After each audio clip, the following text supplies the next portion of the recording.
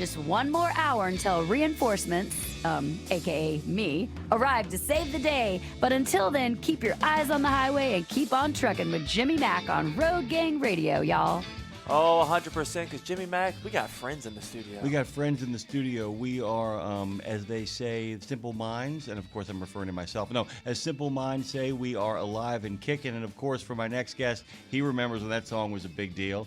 I mean, good God Almighty! I have a playlist, by the way, Beau, that I think you would really love. It's called. I have two playlists for being by the pool. One is called The Pool. And that's a collection of classic rock songs that I want to hear by the pool. Brandy, you know, You're a Fine Girl, you know, Thunder Island, you know, all that kind of stuff. They have another one called The Wave Pool, which is all the new wave songs that I wanted to hear when I was in high school. Flock of Seagulls. Flock of Seagulls, The Jam. Oh, yeah. By the way, we had James Parker, who writes that wonderful column called Dear James in The Atlantic. It's a self-help. You know, people write letters like the way Ann Landers or Dear Abby, except it's dudes in Dude Town, and so it's called Dear James. And he and I got into the weeds one time when we realized it was the 50th anniversary of Double Nickels on the Dime by the Minutemen. I'm like, oh my God, it's like a terrible flashback that never ends. Beau Higgins is joining us this morning, by the way, and it's so good to have you. It's so good to have you back, by the way. You've done so much in your life, and I kind of wanted you to kind of unpack your bio for us. Because you know, often, you know, we'll read people's bios at the top of an interview because you want to get to like the thing we're talking about. But so much of what we're talking about is really enmeshed in who you are in your own kind of journey to kind of bring us to the point where we're all going to be a part of a run tomorrow. But I want you to kind of introduce yourself again to our listeners, and we can go from the beginning. I mean, you ain't got to go back to Frank Monica and the high school football team. That's good. It wasn't that pretty, so that's good. Not the 20,000 people that watched us all play at Tad Gormley Stadium, which, by the way, is nicer now than it ever was. I wish we could have played in that stadium, no doubt by about the way. But tell us a little bit about yourself. Introduce yourselves to our listeners out there. It's a great personal story that leads to a great kind of public event. No, appreciate that, and great to be here today. Yeah, so it all started here in New Orleans, Jesuit High School. Went off to college at University of Virginia. Thought I'd play football there. I was a walk-on football player for a year. Realized I was never going to be in the pros. I was much better in the fraternity house, so I was All-American fraternity player at the University of Virginia. Was finishing up my college years. Didn't know what I wanted to do. Literally saw a Marine Corps recruiter standing by the library my senior year, and I'm like, all right, I'll give this Marine Corps thing a shot. Signed up, thought I would do 4 years in the Marine Corps, end up loving it. Ended up doing 25 big ones, right? 25 years. Ended up doing 25 years. So 3 tours in Iraq, 3 tours in Afghanistan, tour in Somalia, tour in Bosnia. Was a commanding officer of a recon battalion, commanding officer of a headquarters battalion.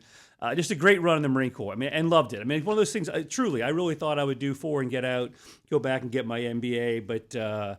I just had, loved the people, loved the mission, and that's what obviously, and had the opportunity and the blessing and privilege to serve as Travis Manion's commanding officer at 1st Recon Battalion. Sadly, Travis Manion was killed, but they started the Travis Manion Foundation. That's what kind of brought us all to the run tomorrow. But that's what got me the Marine Corps career. I did leave the Marine Corps about 10 years ago, worked at Amazon for 7 years. And then still in the veteran hiring space, but the Travis Manion Foundation is a big part of what I do, and the mission of if not me, then who? That's really what the Travis Manion Foundation is all about. It's something that, for me, resonates from being at Jesuit High School and the idea of being a man for others. And for others. And now to be the Travis Manion Foundation and the idea of if not me, then who? And if you don't know Travis Manion's story, Travis Manion, again, was one of my Marines that was killed over in Iraq. He was getting ready to deploy his second deployment over to Iraq. He was at a Philadelphia Eagles game with his brother-in-law. His brother-in-law jokingly kind of said, "Hey, Travis, if you fell down and broke your leg, you wouldn't have to deploy over to Iraq again." And Travis said, "If not me, then who?" Basically, I'm ready to go. I'm trained up.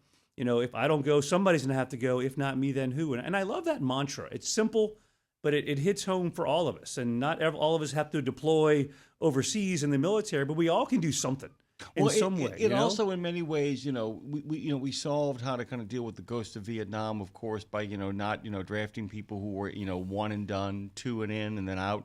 But the other thing is, it goes back to what Travis said. Travis is cognizantly aware that if you don't send somebody trained up there, eventually people who have never been there are going to end up there.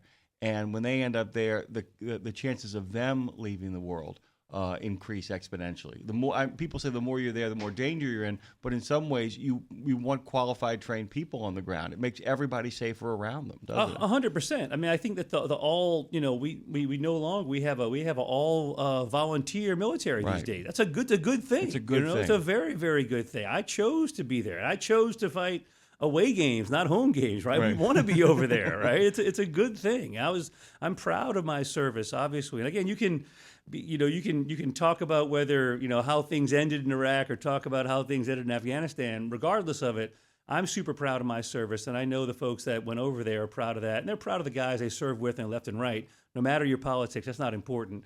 But again, the foundation certainly, and the memory of the guys that served and killed is something we can live, we can honor. And the families of the fallen, certainly, the Travis Manion Foundation, that's what they're doing. They're out there remembering and supporting the families of the fallen every day. And that's what the run we have tomorrow is all about. So it's great stuff. And the thing is, too, and I want to we're going to start jumping all over the place because we kind of got that foundation started here. You specialize in kind of pinpointing and finding veteran talent. Yes. And, you did that for Amazon for a long time. Talk to me a little bit about recruiting. I mean, because at the end of the day, you're a big college football fan. I'm a big college football fan. The man to my left is a massive college football fan. Brad Bentley is here from FASTPORT.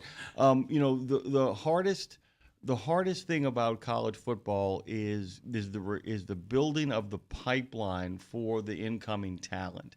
And because the people who are recruiting it have to understand what pipeline they're feeding in order to find the talent, who fits into this system. So talk to me a little bit about when you're looking out there, because every veteran isn't right for every job. 100%. And what it means to kind of understand the culture of a company and how a veteran fits in there, and then how you spot the veteran who is right for that culture. I think the challenge in a lot of ways is it's translating a veteran's skills into a civilian company's culture, right? Especially if you're in combat arms, if you're an infantryman or you're an artilleryman or if you're a tanker, people on the civilian side are like, well, why would I hire someone that jumps out of airplanes? We don't need someone that does that. I don't need someone that actually you do, right? Imagine you're Entergy here in Louisiana, right? You need someone that can work at night on power lines in weather. Well, who better to do that than someone in the military, right? Those skills you have in the military actually do translate very well into the civilian sector, but civilians don't often see that. So it's important to have veterans in the veteran hiring space at companies because they're able oftentimes to translate and help translate the skills that veterans bring into the companies themselves, right? And to understand that, you can look at a veteran sometimes on paper, and maybe on paper they don't look like they have the skills. There's also those intangibles, right? You talk about that a lot of times. You look at those draft picks or look at those pipelines of players coming to college. Those intangibles are the things a lot of times you want. Well, what do those veterans that are coming into your company bring? I like to think that they bring in diversity of thought. They can problem solve. They look at problems differently. They've been oftentimes, and I speak for the Marine Corps in particular, they've been given, not a lot of resources, been told, figure it out, right? Who would you rather hire in your company if someone that can be given not a lot of resources and figure it out? That's the kind of guy you want to hire in your company. That's a great thing. The ability to improvise, adapt, and overcome. Exactly. That's what veterans bring to the table, and they're going to show up on time. They're going to work hard. They're going to be leaders. I mean, you have that. That's kind of a given. But I think that ability to figure it out is something that often is overlooked that veterans bring to the table. How many of your employees outside of veterans can be sent a box full of technology, pop it open, and without the benefit of having the instruction manual, figure out a way to assemble the thing and then make it work, and then maybe even repurpose it for other things? Exactly. It probably didn't even look like it was supposed to in the manual, right? But It looked like something different, but it worked. And it's amazing. They do. That's what their natural instinct is to do. 100%. I want to talk about Oplign as well too. And we like I said, we're going to bounce all over the place. Beau Yeah. Higgins joins us this morning. Great to have you. We'll talk about Oplign in a second here, but I want to talk about the Travis Manion Run because people. I'm a big fan of certain things in regards to how to raise money, how to raise awareness. I will tell you, runs are among these sort of physical activity, outdoor things is one of my favorite ways to kind of get people's attention about this.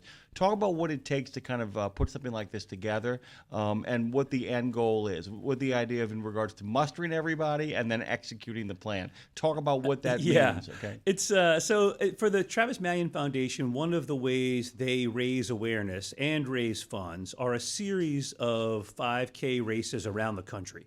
And I started the race in Tampa about 12 years ago, and then last year I started the race here in New Orleans, we're on year 2. They are a logistical undertaking to make it happen for sure.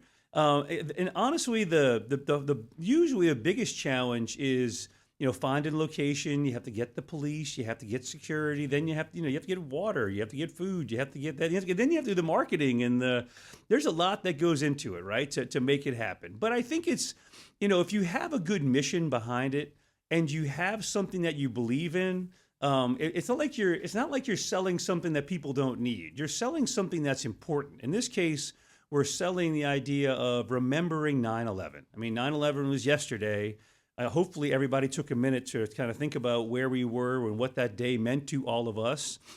Or for so many of us now, it was 24 years ago. A lot of folks weren't even born on 9/11. So it's important to bring your kids out and remember, what this country went through on 9/11 and what that, put into place. And I think even more important, especially in this day and age, when we talk about the race, it's what did this country feel like on 9/12, right? What was that feeling of unity, of camaraderie that we had on 9/12? And when I market the race and when I talk about my personal story and I put that into the race, it's like, hey, let's go out there and take a minute to think about, the sacrifice that those first responders made on 9/11 that led to the wars in Iraq and Afghanistan after 9/11, but also to remember the feeling of unity and camaraderie this country had on 9/12. So if you put that out there and that's what you're focused on, it attracts people. People get that. People want that. I think people want to have that feeling, and if you can get that message out, that's a good thing. No matter how many, if it's 5 people or 500, it's a good thing. Veterans and families of the fallen often feel isolated post-service, with over 20 of our nation heroes dying by suicide each day. This week, by the way, this week is the end of National Suicide Awareness Week. And I don't know if you know this. I mean, we know the numbers in the military. It is the leading cause of death for Americans between the ages of 15 and 29. Well, you know who falls into that. Yeah. Into that number. A lot of people do 4-year stints. A lot of people come out and lose their purpose-driven life. And I think in many ways, what you're up to in the recruiting space is not just helping these men and women find jobs, but finding purpose-driven lives. What the Travis Manion Foundation does, it takes a proactive approach by addressing root causes, including isolation, and finding renewed purpose. Their programs focus first on investing in veterans and families of the fallen to improve their mental health and well-being. Because what you don't want is that cascade effect either, where one person dies. The idea that people dying in combat should not lead to people dying here from their own hand. Yeah. And that's really such a crucial thing. What I love about runs, my wife and I did a bubble run one time for autism, which was just one of the most joyful things. And then another run we did for Special Olympics. It was a zombie run at Halloween. You ever done one of those zombie runs? Oh, you know what it is? Oh my God, Beau, it's the most wonderful thing. So that you can either sign up as a zombie or a survivor. And the survivors take off running first, and then they hold about 5 minutes, and then the zombies take off in a mad sprint in an attempt to catch people. These are really, really fun things. And when my wife and I first got going, we began a journey of health. And I can say this now because she is much lighter now. I met Claire at 172. And Claire met me. I had gotten back up to around 230. By the time it was done, I was down to 185, 190, and Claire ended her journey at 122 and had learned how to swim. One of the first things that she and I did together, went a bubble run over at the old Zephyr Park, and did one of the idea behind this, and the reason why I feel like it's such a great focus, Beau, is the fact that it's bringing people together. Yep. It's creating community, and so in many ways, what it strikes me the Travis Manion Foundation at its very core is along with serving those veterans and the family of the fallen, what they do is they create networks of people. So that, like I said, I've always told people, most people aren't trained to deal with suicide, nor should they be. It's like dealing with human trafficking. But to recognize the signs of isolation is really to recognize people that have lost their purpose. And can you talk about that too, about how veterans and people who care deeply about veterans can learn to recognize when something's not going right for somebody who has come home? Is there a way to kind of look out for that? Well, I think it's more than anything. I mean, it's difficult for a veteran oftentimes to reach out to someone they don't know, right? There are resources out there. Don't get me wrong. You can always call the VA, yeah, right? That's the problem. The resources are there, but that's not what veterans want to do. They want to talk to their buddy, right? And when they start retreating and not reaching out anymore, it's very important. They want to hear from their buddy, and you need to see when your buddy stops emailing you, stops texting you, stops going out, you have to be proactive and just give them a call. Check a buddy check. We always talk about it. Track buddy the silence. Check. Track this 100%. Just the buddy check is so important. You're the one, usually you have a circle of maybe 5 or 6 guys you're pretty close to. When you see a guy that's fallen off the net for whatever reason, that's the time, right? You be proactive, go to their house, give them a call. That little bit of effort is going to make all the difference in the world, because there's probably only, like I said, a relatively small circle of people that really know what a guy went through, that deployed with them, that know what's in his head. It's not the VA crisis line. Those are great. Don't get me wrong. Those are super important. But a few guys probably in their inner circle, that buddy check, that is really the key, So that's what it's all about. When you see a guy stepping back for whatever reason it is, and there's probably some triggering event.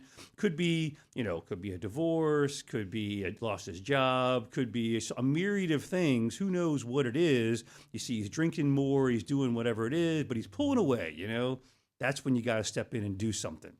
That's the key. It's about tracking the absence. I mean, that's really what it kind of comes down to. And there's a really great thing. A friend of mine will often realize he hasn't heard from a friend in a while, and then he'll just check in with himself and go, wait a minute, they told me they were going on vacation. Wait a minute, they said they have this big job coming up. I will check in with them, but they're probably fine. But it's when people just simply leave your radar, because that's the real thing about isolation and despair. You convince yourself that nobody cares. Exactly. Or that, how dare I, knowing what is it, the great disaster of, well, there are people who have had it a lot worse than I have. What do I have a right to complain about? Which is a cascade. That's how the suicide happens. Why would anybody care about the problems that I have? You don't want to bother anybody. You feel like you're bothering somebody. You're not. These are your guys. They want to help more than anyone, but you somehow you talk yourself into believing you're bothering them. It's the greatest gift I think you can give somebody, Beau. People don't even realize it, and I've tried to beat this home into some people in my life who are very obstinate about this. I said, do you want to give somebody a real gift? Stop giving them stuff and go to them and say,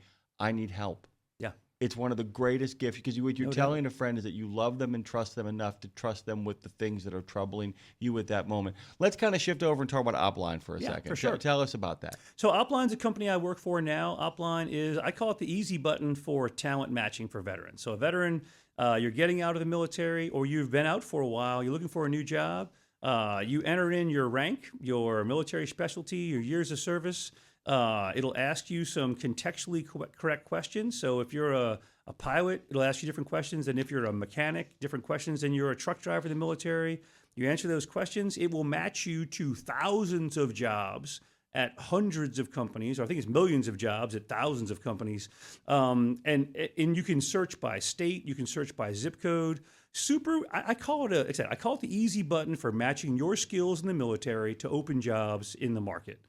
www.oplign.com. Amazing free resources for veterans, works for military spouses, works for civilians. So it's a great way. If you don't know where to start the job hunting process, it is the best way to start the process. It's a targeting tool. It's the hardest thing, by the way. I mean, by the way, I have the Pompeii problem as a person for task. I actually am pretty good at starting, do pretty solid in the middle. It's always landing the plane for me. It's problem. But most people, the problem for them is getting it going, isn't it? It is, that 100%. Well, I think you can get overwhelmed. It's like, where do I start? That's another one of the things. I think when you're leaving the military in particular, you can drown a sea of goodwill, right? People want to help you. There are a lot of resources out there. This is a place to start on the job. If you don't know what you want to do, most people leaving the military don't want to do what they did in the military. Like, again, you can't be an artilleryman outside the military. So what are you going to do? Use a tool like this. It will translate your tangible skills in the military to things that you can do in the civilian sector. I'm not saying it's going to get you a job. It'll get you down to the 5-yard line of saying these are open jobs that have the skills that you have in the location you want. From there, it's you the can first down. Then you can network your way in from there, right? That's how it works. It'll neck it down for you and say, here's 3 open jobs in the location you want. Now, from there, you take it across the goal line. Yeah, and that's really kind of that's always the hardest thing. You watch a lot of teams will struggle in the first quarter because they can't get that first Exactly. down. They Exactly. can't Get the momentum going. Yeah, Exactly. they can't get across the 50-yard line. Beau Higgins joins us this morning. So many more things to talk about here as well, too. Tell us about MilVets. The MilVet, another veteran hiring opportunity, a little different. The military veteran is focused on executive recruiting for veterans into the private equity and venture capital space. So a lot of veterans, when they get out, want to get into or are interested in private equity and venture capital. As you might imagine, veterans are very entrepreneurial. That's just part of, I think, the DNA of a lot of veterans, especially in the special operations world. A lot of folks want to get out there and do something entrepreneurial. So I work with a bunch of guys, a Naval Academy grad and a West Point grad that wanted to do something to help veterans getting into private equity and venture capital space. So we help veterans that are interested in getting into private equity venture capital. If you're interested, check out themilvet.org. We do webinars. We have recruiting events. But it's an interesting space. It can be a challenging space to get into.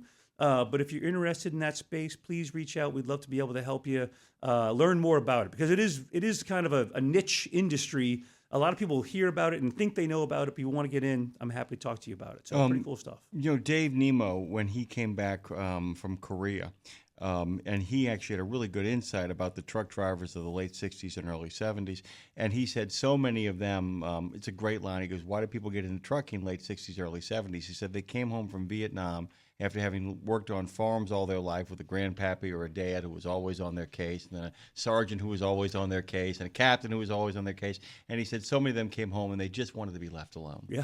He said a lot of these men and women just wanted to be left alone, finally to be the master of their own domain, which is why it really is important that if a veteran has a entrepreneurial spirit, some of that is motivated by the fact is I don't want nobody. I might want responsibility, and I'm willing to work hard. I don't want nobody telling me what to do, period. I've had enough of that for my entire life, and it's time to be the master of my own fate, right? Definitely. And a lot of guys have these great ideas, and they don't know necessarily how to get from here to there. And we tell a lot of stories. I do this podcast for the MilVet that talks about other veterans that have gotten out as founders and made that journey and raised capital. And a lot of them, it's not an easy road a lot of times in that space. It can be challenging, but I think it's always important that other guys have done it. And if you want to do it, there are people that have made that journey from the military into the venture capital space as founders, started their own businesses, and you can learn from other guys. And those guys always want to share their experiences to kind of say, hey,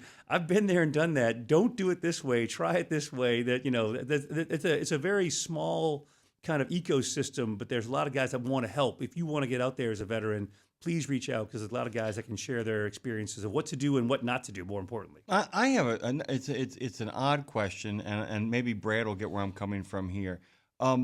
There is a period of adjustment. There's people I have met and, people who were commanding officers who come out and often find themselves in the civilian world not where they were in the military. Sure.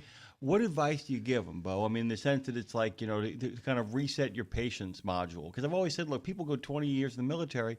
How old were you when you came out? I mean, you're still in your 40s when you came out. 40, I know how old you are now. 47, I think, when I got That's out. still young by today's young. standards. And there are people who come out due to 20, and they come out at 39, 40 years old. Yeah. And a lot of them conceive themselves as, I'm an old guy, I'm an old lady. Like, no, not in this world. So how do you kind of help them on board to realize that it's almost like taking a couple of steps back in regards to position of rank but then to recalibrate to understand they can get back to those places if they want to. I think you have to make the analogy of similar, like, hey, would you expect someone that had never had experience in the military to be able to come in and lead, an invasion into a country, right? You have to be able to take a step back before you can go forward. And I worked at Amazon for 7 years, and we hire a lot of veterans. But I would talk to people that were getting out, especially, again, I retired as a colonel. The colonels were the worst, I think, because they were used to it. And by the time you're a colonel, you are more in a place where you're making decisions. You're not really turning wrenches anymore, right? Right. And the conversations I was had, like, hey, if you want to join Amazon, you're going to be turning wrenches again, right? So make sure you understand what you're getting into. You're doing your own travel claim again. You're not. You don't have a secretary that's doing these. It's not somebody coming to you and saying, "I need you just to make the decision. Is it COA 1 or COA 2?" Like, no, you're the one that's making the slides again. So just understand that you're going to have to get back in that mindset to be successful at this company. So again, I think that as long as you hopefully lay it out for them pretty clearly and the expectations are there, because if there's a mismatch of expectations, if they think they're coming in and they're going to be in charge, they're not going to be there for very long, right? So hopefully that to me was the key, is being very clear of this is what the job is, this is what it's not. If you want it, great. If you're willing to come in and roll your sleeves up and turn the wrenches again, and some guys are, some guys aren't, and that's the thing. But if you want to be a guy who doesn't want to turn wrenches again, you're a major, captain, major, colonel, then it means that, when you start to do that, that 20, 25 years, 30 years, 40 years, that you need to start thinking about what you're going to do when it's over and start that plan before you actually leave the service. 100%. And that's the other thing about, some people, I think the bigger problem is people waiting too long to start the transition process. In reality, I see this now, you should, as soon as you start the military, at some point you're going to be getting out of the military. Transition should be continued. You should always be thinking about what you're going to be doing next. I think too many times veterans, especially if you do 30 years, people are working till their last day. Like, it's the most important thing in the world. Like, the military is going to fall apart if they don't show up in the Pentagon the 30th year. I'm like, dude, the military is going to be fine. When you retire, it's going to be good. It's been good for 250 years. When you retire, it's going to be okay. We survived the retirement of George Washington. Lieutenant Colonel Smith, you're going to be fine if you retire. People can't get that in their head. So start a little earlier, Chief. You'll be fine. Yeah, we'll be just fine. By the way, don't forget that Dwight Eisenhower was more than happy to go become president of Columbia University. The world continued. Dre, hit that music. We'll come back and talk to Beau on the other side. By the way, the name of that music is Dr. John Groove. Got a very distinctive Dr. John feel. Oh, no, this is the other one, isn't it? This is the other one. This is the NSB. The Dr. John stuff sounds like Dr. John. That's what we come back with. We'll be right back.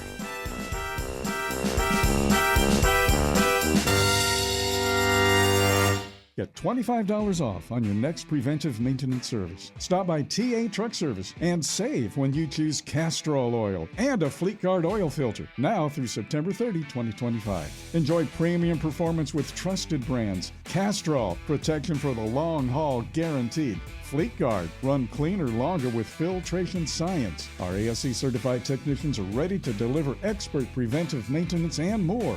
TA Truck Service, Castrol, Fleet Guard, your partners in preventive maintenance. There are precious few nonprofits in the trucking industry, and even fewer that make a tangible difference in the lives of professional drivers. So thank goodness for the St. Christopher Fund. Since 2008, over 4,000 over-the-road semi-truck drivers have turned to the St. Christopher Truckers Fund when a medical issue took them out of work. The SCF steps in and pays necessary household expenses such as mortgage, rent, utilities, insurance, and vehicle payments. The SCF also provides free health and wellness programs for drivers. So find out how the SCF can help you, or help the SCF yourself. They'll turn your dollars and cents into that tangible difference for the professional drivers who need it most. Support our highway heroes with a donation at truckersfund.org. At Radio Nemo, we believe in finding your tribe, your people, your gang. But you can't find your gang unless you find yourself, and you can't find yourself unless you're right? Lindsay Lawler's We Should Write is a podcast about the healing power of writing. It dives deep with creatives of all types to discover how putting a pen to paper helps them work their stuff out. And maybe gives you the permission slip to do the same thing. We Should Write, live at noon in the center every Wednesday and then everywhere you get your podcast. Go to radionemo.com and learn how to write yourself to healing, creativity, and clarity. Right? Back to Road Gang Radio with Jimmy Mack, Lindsay Lawler, Give me a minute, y'all. I'm coming. and you. Because if you're listening, you're in the gang. Take it away, founding member Phone Master Dre. Yeah, buddy. Back to you there, Jimmy. Well, brother, I can't hear you, man. I know, man. Go right There you ahead. go. We're gonna get this down, man. We're gonna get this down. We're gonna get up. We're gonna get up, and get down with truckdown.com. By the way, head over to truckdown.com. What they do is they serve 50 states, 8 provinces. They've been doing it since 1997. What they do is they make sure that maintenance providers and truck drivers find a way to connect, get together, get themselves out of the ditch, back on the road, and get those wheels turning and get you back to earning. We're also brought to you by and from the FASTPORT studios here in the city of New Orleans. By the way, here are the proper pronunciations. Beau will back me up. If you're from Ohio, you can say New Orleans. Completely acceptable. And if you're trying to make a rhyming pattern happen in a song, great. You can be from uptown and say New Orleans, especially if you're Creole. And you can say New Orleans. There ain't no such place as New Orleans, Beau. There ain't no such place as New Orleans. Never been there. I know there's some spooky voodoo that happens over there, but there ain't no such place as I'll even accept NOLA before I accept New Orleans. A good friend of ours of the show and New Orleans native Beau Higgins is here. Our good friend Brad Bentley is here. Speaking of FASTPORT, they're out there solving America's toughest recruiting and workforce challenges. They do it through research, technology, and, of course, like Brad and Gina and Dave in the back, they do it through people. From registered apprenticeships to veteran readiness, you can learn more at FASTPORT.com or nationalapprenticeship.org. Don't know if you guys know this from listening to the show. Today is also National Video Game Day. And by the way, I don't know if you guys know this, there is a lot of scientific evidence that along with making Normus Reedus a household word everywhere that video games are played, video games also create better surgeons. They know that the hand-eye coordination actually helps surgeons stay incredibly sharp. That they actually playing it, a lot of people have found their dyslexia often gets more manageable. It improves vision. Our moms were all wrong, guys. Playing video games downstairs in the basement in the dark is not bad for you. It tests leadership skills because it forces you to make very quick decisions. It inspires history buffs. I'm, as I told Dre, utterly convinced, Beau, that the number of men who are now obsessed with the Roman Empire, other than us who went to a Jesuit high school where they made you learn Latin, are obsessed with it because of Assassin's Creed. They said that it can actually remediate pain in a non-narcotic manner, expand social connections, which we know is so important for veterans as well. It improves balance for sufferers of MS. It curbs food cravings by creating the dopamine spike that often is missing from people. It accelerates stress reduction, prevents kids from bullying. And one of my favorite, it brings those with autism into the neurotypical community. And there's a big growing belief that it might be the key to getting the next generation of people to become truck drivers.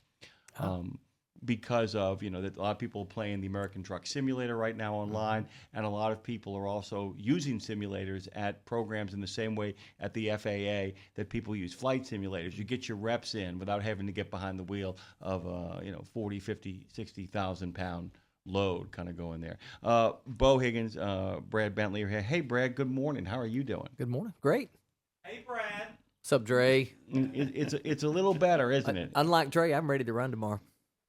I know. Shameful. Too soon, dog. Too soon? Sorry. Okay, Sorry. so I've been having, and by the way, the website isn't the problem. It's my understanding of the website. I keep trying to go on and sign up, and I didn't find the FASTPORT team on the on the website. There's a FASTPORT team, right? It should come up as one of the teams you can join, correct? It should, probably. We're one of the local sponsors, but we kind of keep our stuff low-key. We're here for support. We've got a handful of folks. Dave and Gina are in town, as you talked about. We got a couple other people that are going to be running with us that are New Orleans native, so we're looking forward to being out there tomorrow for sure. Let's just say that yours truly is having a hell of a time last week or so trying to get signed up, and that's me, guys. By the way, that is not this website. Even with the code that we gave you, Jimmy Mac. Brad, I got to tell you, God said, "Let there be light," and I ran into the wall. You spent too much time playing video games. That's in the issue, dark. right? In the dark. No, I don't turn on a PlayStation. I'll tell you that right now. How does one? You can still sign up for this, can't you? 100%. Yeah, you can sign up even through tomorrow on race day. Well, you can sign up if you go to the 9/11 Heroes Run New Orleans site. You can Google 9/11 Heroes Run, 9/11 NOLA Heroes Run, anything you want. I got no problem with that. I got no problem with not NOLA. Nolans. No, Nolans you won't find. Ain't no NAWLINS, none of that nonsense. Nope. But and the thing is too, it's like it's 5K run, right? 5K run. Is there a ruck? Is there a There's a ruck? ruck. You can run it. You can ruck it. You can walk it. You can volunteer. And we'll take anyone out there. You can just come cheer, clap, whatever. Any way you want to participate, we will take you out there. Jim Mack, you'll love this. Our good friend Jackson Smith from Bastion, who ran on our team last year. Now he will not be there this year. He's on his way to San Diego. Make us all look bad. Yeah. He's on his way out for a National University event that's on the flight deck of the Midway. He'll be there tonight, so he can't get back in time tomorrow. But last year we're getting ready for this. He sees there's a ruck division, and I think the benchmark was you had to have a 20-pound plate. Yeah. So he shows up with a 30-pound plate. And he's complaining and all this for a few minutes, getting ready, he's stretching. He still won the damn thing. So, yeah. Have you seen that dude though? I have. Did you hear yesterday's conversation? By the way, Lindsay had this great thing about we were talking about 9/11. It was a very serious conversation. We talked about the and I can't ever get through that story without choking up every time. The 40 Americans on 93. Yeah. I mean, the idea of all of them. I mean, like I said, there was one of the most conservative people in America was on that plane, and the biggest hippie you could possibly imagine was on that plane, and all of them got up together. Yeah, and but Lindsay, as she does, because she's the one that introduced the topic, she then was able to kind of land the plane beautifully by saying, when you're on the plane and you look around and you're in the aisle, and you're in the aisle. Actually, I brought that up, but she said, when you're on the plane, do you start saying, well, if something really went wrong, do we have the people here who could make a difference? She starts analyzing people's character, and I always sit in the evacuation aisle because it's more leg room. And they go around, they say, do you acknowledge it? Yes, yes, yes, yes. There was one time, Bo, we were on a plane, and there were 2 active service members, another one who was clearly retired service member. There was a lady who was obviously some kind of, CrossFit trainer, and this old dude who had, cables for forearms. And the lady said, do you acknowledge that you are willing to help in the event of an emergency? Yes, yes, yes, yes, yes. They get to the old guy, and he goes, yep. He goes, looks at everybody, he goes, we could take him. And everybody burst into laughter. And sometimes you just, and by the way, if you get on an airplane with Jackson, you can take him. Absolutely. You can take him. You don't need anybody else. You can take him. You can take him. You're running tomorrow, right, Brad? Are you running or are you doing a power walk? Probably a combination. two knee surgeries later. I used to run a lot of 5 and 10Ks and things like that. Well, you did a Pamplona run, by the way, where at the end of it you said, man, I can't wait to get back here and watch this. Yeah, well, that's different. You're just filled with so much adrenaline. There's bulls chasing you with that one. Chased by bulls, Totally you different. definitely want to run. I'm going back, by the way. BJ Ganem and Nate Boyer want to run next year. BJ Ganem wants to run. For his 50th birthday. BJ Ganem wants to run. He does, and I told him I'll be there with him. Yeah. Maniac. We're going back next July. I'm not running next to him. He's the kind of guy that would push me into a bull. That's exactly what he Marine. is. He's Marine. He's a Marine. He's a Marine like my brother. A couple of comments on the chat, by the way. George writes, Memoirs of an Outlaw, Life in the Sandbox by Robert M. Tanner III. It's a Marine Corps memoir about the Delta Company's outlaws in Fallujah. My nephew was in this unit. His story is in Chapter 11. Thank you, George, for sharing that. Our good friend Jerry Bowers, Navy veteran, we won't hold it against him, says good morning to everybody out there. Trucker Bosun wanted me to tell you both thank you for your continuing service. And Chowder says the same thing. And Trucker Bosun says BB King is now in the BB the King is now in the house. So good morning to all of you guys. How many years has the run been happening? Is this the first year here? A second year here. 18 years. So Travis Manion was killed in 2007. So the race started basically if you go back in time, when Travis was killed, he was supposed to run the Marine Corps Marathon with his dad in October of 2007. So his dad ended up running the marathon with both numbers, Travis's and his own. And that's kind of kicked off the foundation and the idea of doing these runs. So they've had runs across the country, and the marathon team was kind of what they started with. And then the idea of doing these 9/11 runs sprung up. So, but this is only year 2 here in New Orleans. So excited about it and growing. So yeah, It's over 90 cities now, right, Beau? yeah, 90 cities. We've done them internationally. I mean, I hosted one when I was stationed in Afghanistan. We have one over there. We've had them in.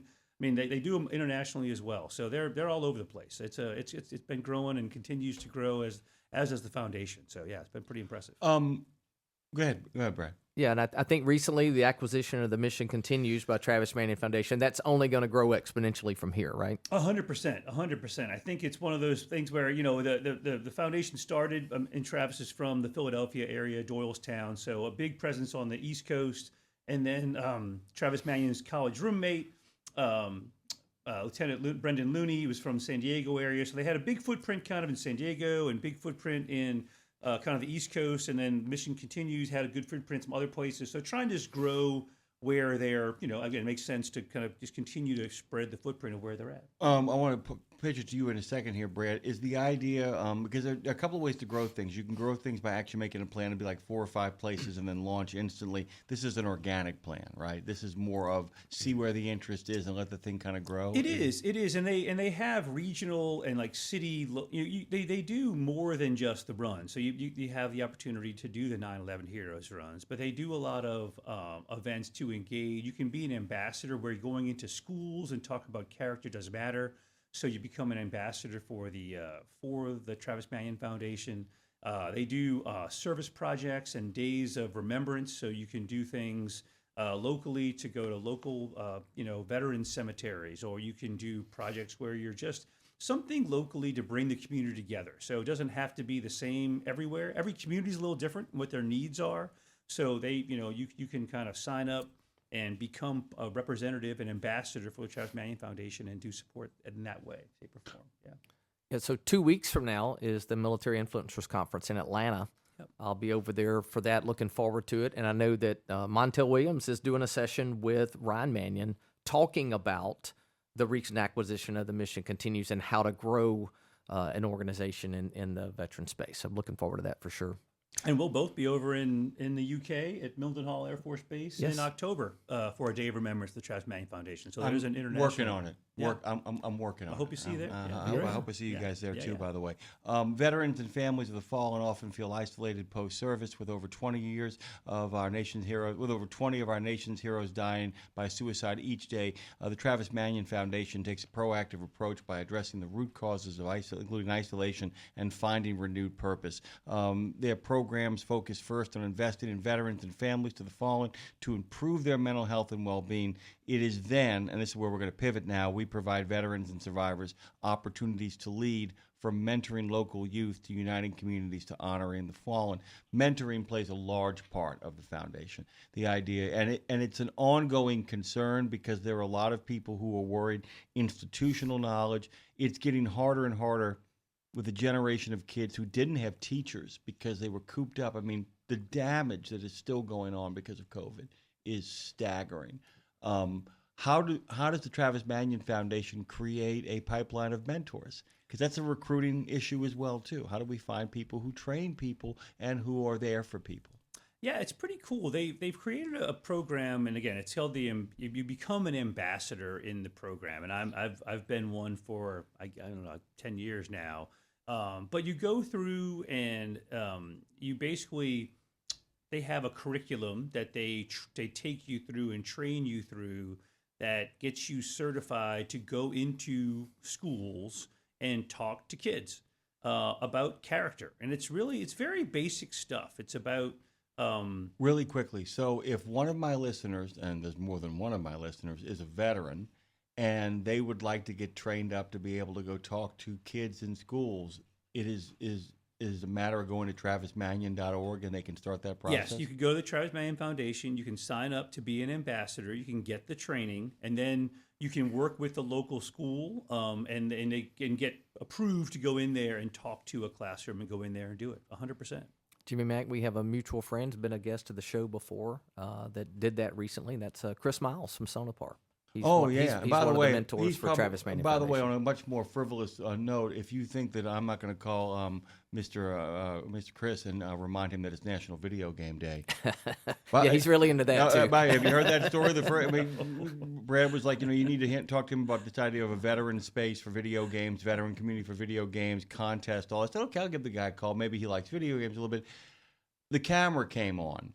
And he's like, yeah, I usually have these meetings in my office, but I thought we'd have it in my man cave. The dude had a wall of like Funko Pop figurines and like video games, and like he said, I got 4 or 5 consoles. I'm teaching the grandson how to play Mario Kart. I'm like, oh, this is serious business. Serious. I mean, the joke I make is when you guys do something, you do something. You really kind of lean in. This guesstimate ballpark, how many folks have been through that mentorship program? Honestly, I couldn't even tell you. It's thousands. I mean, it's regional because they want to have people in different cities that can go out and engage to these different schools and make that happen. So I'm sure it's thousands that are out there for sure. Today, over 300,000 Spartans nationwide carry forward the legacy of fallen heroes like Travis by leading with the character and living out the "if not me, then who" ethos. And we talked a little bit about the comment. We didn't really get into the ethos outside of the fact of making sure that that the action of "if not me, then who" is protecting somebody else. What does it mean for you, and what does it mean to all the people who go through this program to live that ethos? I think it's trying to figure out how you can give back with the gifts you've been given in some way, shape, or form. Not everybody can go out and run a 5K. That's fine. Not everybody... We're going to find out tomorrow. Everybody will see, right? Not everybody feels comfortable maybe going into a school and talking to kids, but you can do something. Everybody can do something. And I like to add on, if not me, then who?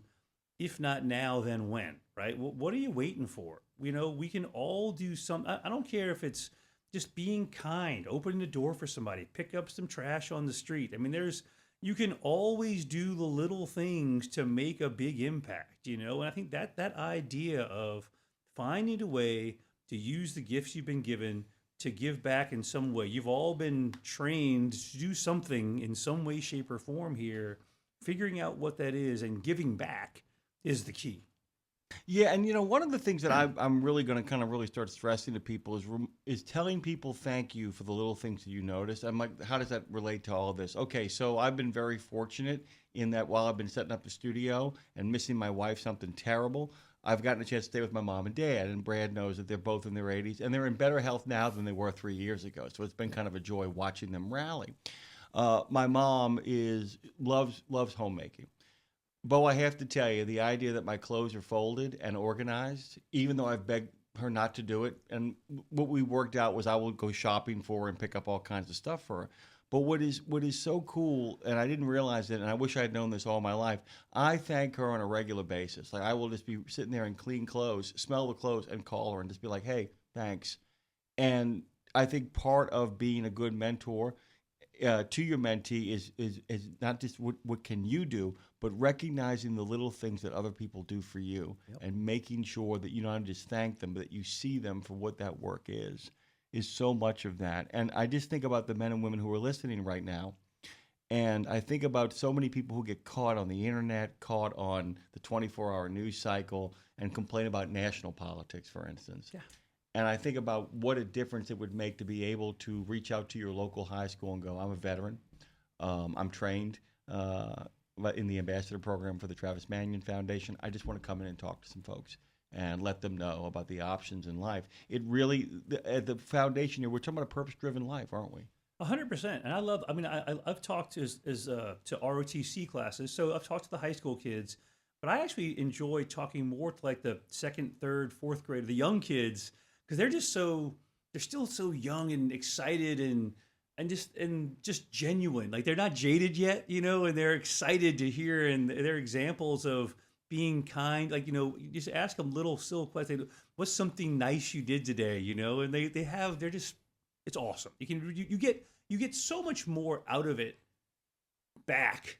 When you give, you get more back. And to me, that's what I love about being an ambassador. When you go in there and it's some work and it's some time, but the joy you get back and the feedback you get back is 10x the work you put into it. I was telling this to Brad. We were talking about this, and sometimes it's also taking stock about where you are in your life and what else you've learned new. My nephew, who was the one that brought my parents here to the Degas house for the opening party to kind of say hi to the studio and get a chance to meet people. He was first year at the University of Arkansas, made the honor roll. There was no problems whatsoever. You might recognize the story. He did fine in school. Got to the end of the first year and wanted a more purpose-driven life. Joined the Army. And he's going to go out there in November, and he's been targeted because he's fluent, and already fluent in Spanish, knows languages really well, and they want him to get up to speed of that. I will tell you the joy I was able to say. I said, I can't guarantee you anything, but if you ever want to not change this, you continue to pursue this path, but maybe get some career advice. I have some friends that you could talk to. And being able to tell him that, to watch him kind of realize that he wasn't alone in his decision. Now, when he made that decision, as my sister said, she goes, it was a lot easier for me to let him make that decision, given the fact that he did make the honor roll the year before. So she said, at least I know he wasn't escaping. He was looking for a purpose-driven life. That's the other thing, too, is how do we calibrate our brain to start looking for the next thing before it's time to look for the next thing? Are you following me? The idea that a lot of these people get stuck because they come to the end of a mission, and that's the last mission, and then they have nothing to do. How do we set up our lives for continued purpose and success? Yeah, I think it's one of the biggest challenges, especially when you're transitioning out of the military, right? Because you've been kind of told what to do for a long time, and all of a sudden you're out. And as much as I think the military tries to help you transition out, and they provide these resources for you, I would say the majority, especially of enlisted members of the military, are kind of like, okay, I just want to get out, go back home, take a knee, drink water, and figure it out, right? I just want to stay in the pocket, run out the clock. Yeah, 100%. I just want to get out of here, and that's what they do. They just like all this white noise of people talking to them, like, you should do this, you should do that, try this, do this, and they just like blah blah blah blah, just stop talking to me. And they get back home, and they all of a sudden they're like, man, now I should have listened to what they said. But then it's 6 months later, they're like, now what do I do, right? And they have to kind of figure it out from there. So I think that's when they're the most vulnerable, right? Is because they have left behind all the comfort and the benefits of the military, and they didn't maybe pay attention to what the gunny was saying or the chief was saying. And so then how do they get reconnected at that point in time? That's the challenge. They didn't think through the what's next when you were 22, because they've been told what to do for that time period. That's when that vulnerability piece, seeps in. So I don't have a great answer for you for how they do reconnect on there. Most of them do, because they see one of their buddies that made it and they figure it out, or maybe they join a Travis Manion Foundation, or they maybe join the local VFW, or they find something to reconnect. But you got to reconnect in some way, shape, or form, whether it's a job, whether it's a military support organization, who knows what it is. Maybe there's a physical, across the gym, your CrossFit gym or something, but you have to find some way to plug back in. It's crazy because, I look at, like I said, not the people who, of course, in our chat room, of course, they actually know each other and they talk and they're members of their communities. We were talking yesterday with Steve Brand on his show, and he's been on the finalists for Citizen Drivers, TA Petro. Great program. Great program. And Dave gave him some advice. Dave said, "Look, I can't tell you I'm going to vote for you. Can't tell you I'm not going to vote for you." Right. He said, "But I can tell you if you want to increase your stake, is that you're a citizen driver." He said, and citizen is the word they're looking at. They want people to be deeply involved in their communities. They want little league coaches. They want, fire captains. They want the people who actually do the after school program and all that kind of stuff. And like I said, I am so obsessed with people not getting bored. Yeah. And because when people get bored, they start doing stupid stuff. Stupid stuff. Go ahead, Brad. Yeah, I was going to say, selection committee for transition trucking, same way. Over the years, same thing. They look at the military service, they see what they've done in the industry, but they're also looking for community involvement. I said that yesterday, actually, to Steve and Tim when I was on the show. I said there are two voting processes that I am glad I'm not involved in whatsoever. I do not envy Dave and Lindsay on the Citizen Driver, and I don't envy anybody on transition trucking driving for excellence. I'm like, you choose, because that's the other thing too, is the fact that the people who actually get the furthest and survive the longest belong to groups. And it's like Rock always. Every time Adam Rock calls on the show, I'm calling from the Hey, Jimmy, I'm calling from the American Legion Hall. Always does. Always does that. And that's a big thing, to belong to these groups, to find out where these organizations are, even if it's a bowling league. Anything, something. That's why the Big Lebowski thrives. Yeah. It is. But that's it. But by the way, people laugh and they hear that, but it's like, if you look at that movie, man, there's a reason why Walter hasn't blown his brains out. He's got friends. He belongs to that guy's tightly wrapped. John Goodman is tightly wrapped in that movie, but he's got friends that love him, and we learn that at the end of the movie, how much dude in fact does love him. It's important. It's important to be kind of doing that. What are you looking forward to most tomorrow? For me, it's having everybody out there, and again, just having that moment to talk a little bit about the foundation, to remember 9/11, and to have that sense of community. Again, there's so many people. There'll be a lot of, my co-race director is in high school, so those kids were not born on 9/11. Yep. So to have those let kids, that sink in. I Everybody know, let that sink in. Let that sink in. To have those kids out there to hear a little bit about 9/11. And to be part of that community, to have the Marine band playing, to have the Tulane color guard out there, to hear the national anthem. It just gets me every time. I love it. Yeah. And it's a great backdrop at Audubon Park in New Orleans. For people who aren't familiar with that, we're running between the trees, starting it out. It's just a beautiful, beautiful My second day. favorite park in New Orleans. Yeah. I tell it to all the uptowners, by the way. Come on now. I tell it to all the By the way, New Orleans, I'm actually, this is really high praise. As a matter of fact, only in New Orleans would you have a park like Audubon Park not be the main park of the city of New Orleans. It is gorgeous. It is gorgeous. It's just a smaller park, guys. It is how about it this way? It is a distinctly uptown park to City Park's distinctly mid-city park. The only difference really is that City Park is the third largest urban park in the United States. That's just. But you know what Audubon Park has, City Park doesn't? The greatest zoo in the United States is connected to it. Go ahead. It also has the Cruituck's Gumbo Cook-Off and Umbrella Walk. So we chose that over City Park, right? There you go. I don't blame you, man, because you don't run the same route as Endymion. That would be awful. It's great. Go ahead, Drew. What you got? About a minute and a half or so? Okay.